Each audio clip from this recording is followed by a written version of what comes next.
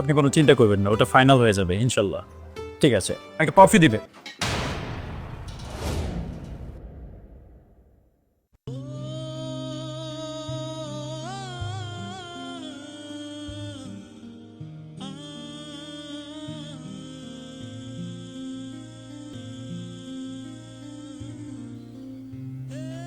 তুমি এখানে? তুমি এইখানে কাজ করো? তোমার তো অনেক সুখে থাকার কথা ছিল। কখনো ভাবিনি তোমাকে এই অবস্থায় দেখতে পাবো। কি জন্য চলে গিয়েছিলে আমাকে ছেড়ে? কোনো জবাব আছে তোমার কাছে? কি করে নিয়ে তোমার জন্য? তোমার কোনো শখ আহ্লাদ কোনো কিছু কখনো অপূর্ণ রেখেছি?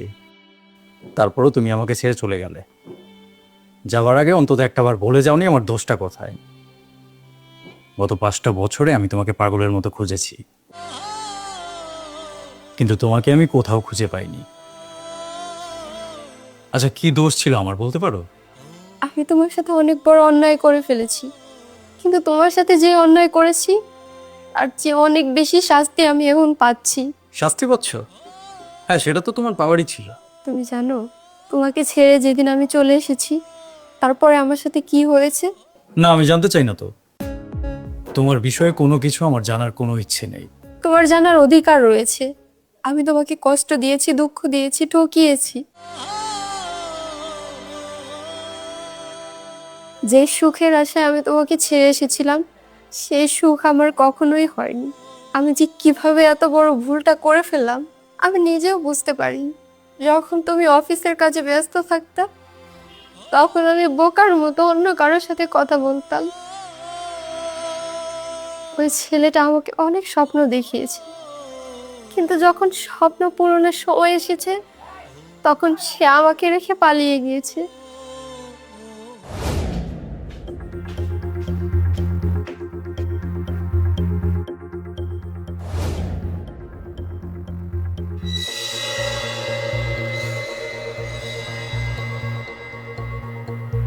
নয়ন, তুমি আমাকে এমন একটা জায়গায় কেন রেখেছো বলো তো? এটা ভালো জায়গা তো। কিন্তু আমার কাছে না ঠিক সুবিধার মনে হচ্ছে না। এই এলাকা পুরোটাই আমার জানাশোনার মধ্যে, তোমার কোনো টেনশন নাই। একটু পরে আমরা এমন জায়গায় যাব আমাদের কেউ খুঁজে পাবে না। তোমাকে কিছু টাকা পয়সা নিয়ে আসতে বলছিলাম, তুমি কিন্তু আমাকে আবার ভুল বুঝো না। নতুন জায়গায় গেলে টাকা পয়সা লাগে। তুমি যা যা আমাকে আনতে বলেছো আমি সবকিছুই নিয়ে এসেছি। দেখি কি নিয়ে আসছো। তুমি এরকম করছো কেন?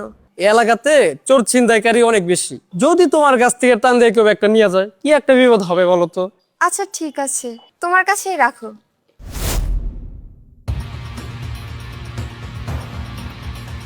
আচ্ছা, চলো। তুমি কোথায় যাও? কোথায় যাই মানে? আমার সংসার সবকিছু ছেড়ে আমি তোমার কাছে চলে এসেছি। তাহলে আমি এখন কোথায় যাব তোমার সাথে না গিয়ে? তুমি এখানে দাঁড়াও, আমি যাব আর গাড়ি নিয়ে চলে আসবো। আচ্ছা ঠিক আছে, একটু তাড়াতাড়ি আসবে।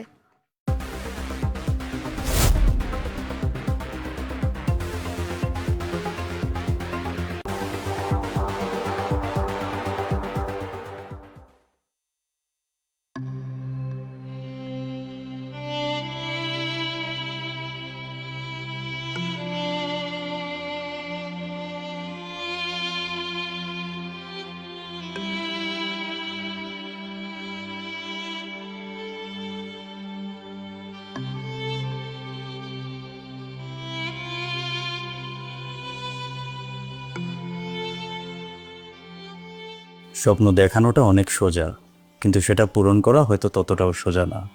আমরা যখন কারোর সাথে সম্পর্কে থাকি আমরা তাকে অনেক কথা দিয়ে ফেলি, কিন্তু যখন একটা মানুষ সংসার জীবনে যায় না, সব কিছু হয়তো পূরণ করার সুযোগ থাকে না। কিন্তু তার মানে এই না যে সামনের মানুষটা আমাদেরকে ভালোবাসে না। আমাকে ছেড়ে তুমি কার সাথে কথা বলেছো?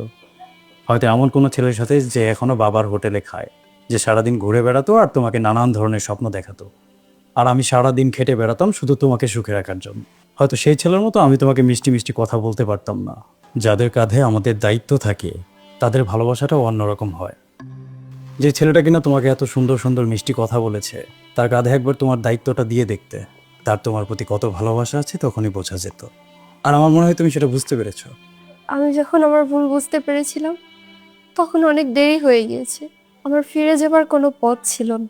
তোমাকে ঠকিয়ে আমাদের বিয়ের গহনা, সংসারের সমস্ত টাকা পয়সা নিয়ে যখন আমি ওই ছেলেটার সাথে দেখা করতে গেলাম, প্রথম দেখায় আমি বুঝতেই পারিনি যে ছেলেটা আমাকে এভাবে ঠকাবে।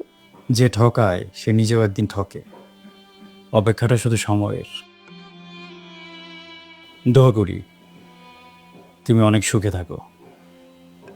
একটু দাঁড়াও, আমি যে তোমার কাছে ক্ষমা চাইবো সেই মুখ আমার নেই। একটি বারের মতো আমাকে কি ক্ষমা করে দেওয়া যায়?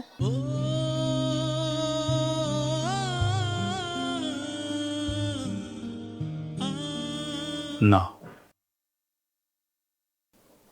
তোমাকে যদি ক্ষমা করি তাহলে আমার বিবেক কখনো আমাকে ক্ষমা করবে না। তুমি ক্ষমা পাওয়ার যোগ্য না।